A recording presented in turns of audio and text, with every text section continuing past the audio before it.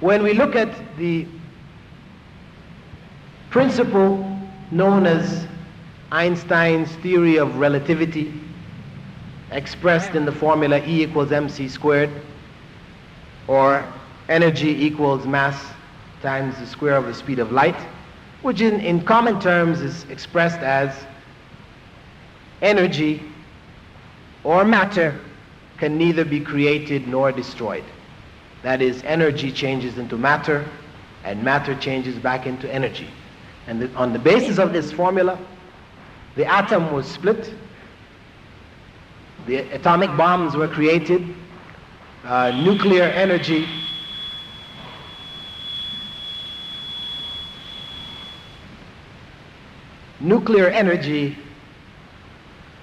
is utilized by man in various parts of the world. However, from an Islamic point of view, this formula is false as it is expressed. Because if we say that energy or matter can neither be created nor destroyed, we are saying in fact that energy or matter is uncreated,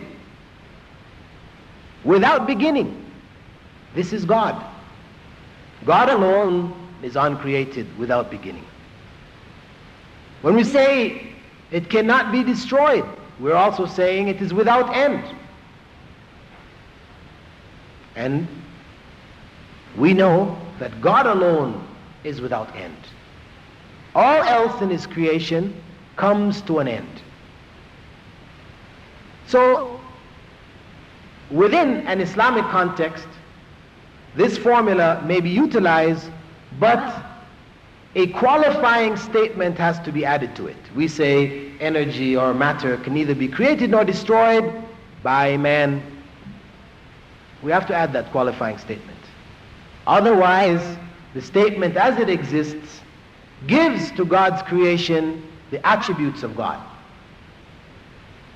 And it is on the basis of this principle that certain segments of the Muslim world have broken away from what we could call the orthodoxy.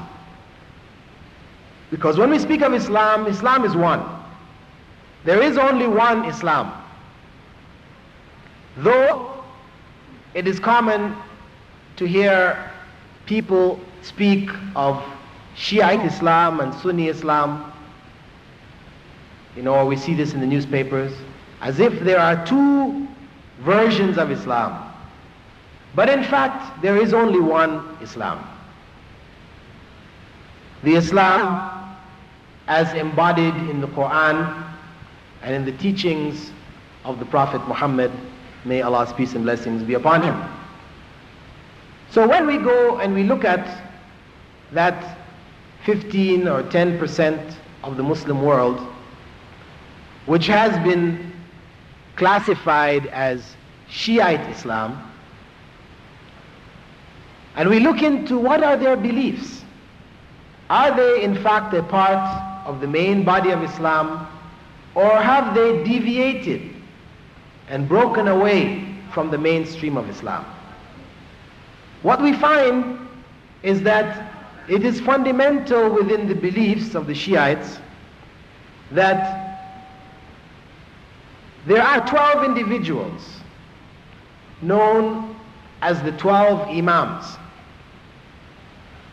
who begin with Ali, the son-in-law of the Prophet Muhammad, may Allah's peace and blessings be upon him, his son Hassan and his other son Hussein, by the daughter of the Prophet Muhammad, may Allah's peace and blessings be upon him, and 9 other children and grandchildren of Hussein.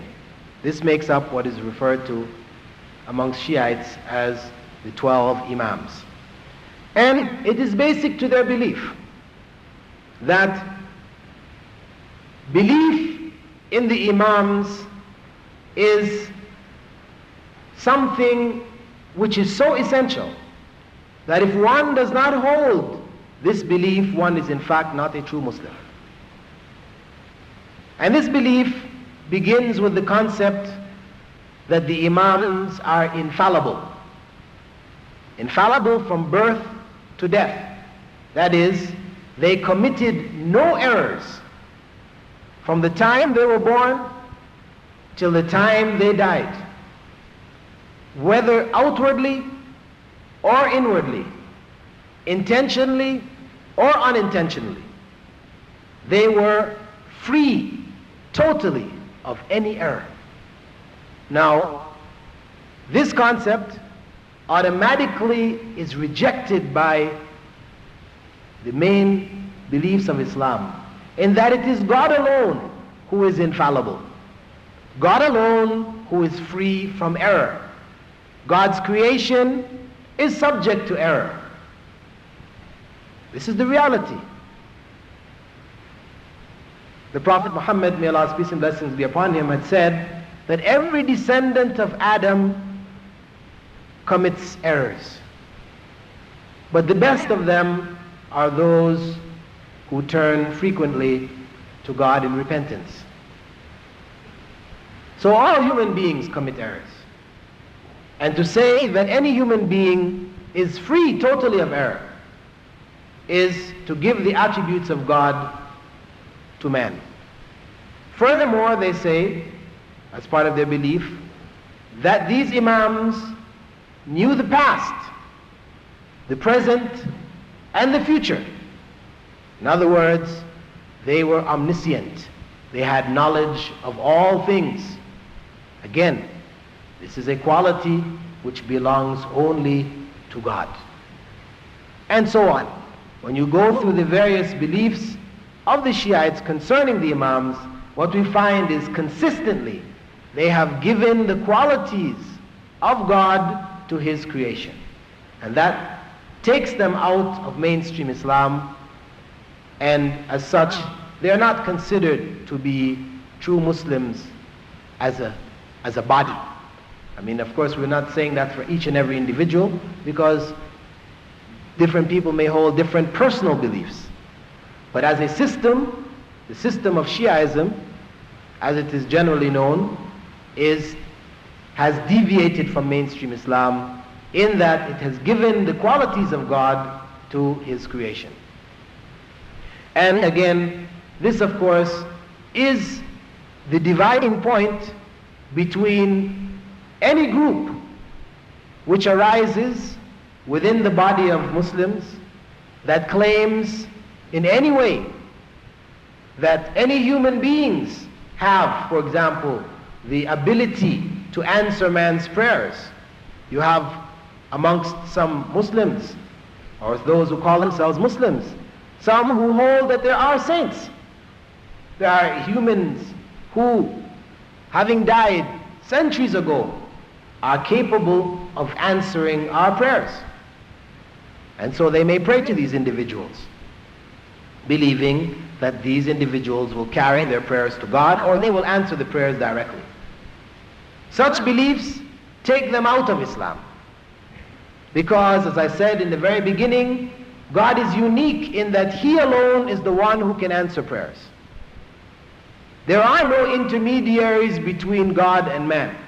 I know some people may say, well, you know, when you want to see the base commander, you can't just walk up, knock on his door and walk into his office. You have to go to see your captain.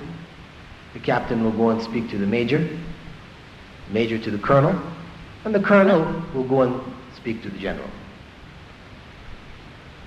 And if you follow that chain of command, then whatever you're seeking may be fulfilled. In the same way, if you want your prayers to be answered by God, you who are a dirty individual, covered in sin, committing sins all the time, how can you possibly expect to stand before God and expect your prayers to be answered? No. You must turn to some pure soul, who we will call a saint, who was close to God. And when you pray to this saint, because of his closeness to God, he can convey your prayers to God and your prayers will then be answered. Now, it may sound reasonably logical. However, given the Islamic concept of the uniqueness of God, it is false.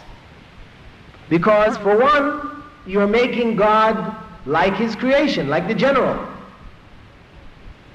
You can't go directly to God, but this is making God like his creation. Two, you are giving some of God's creation the ability to answer your prayers for you. For those who pray to saints, expecting them to answer their prayers. These acts are classified in Islam as acts of shirk or idolatry, paganism, where one is worshipping other than God. And it destroys the unique concept of God in Islam.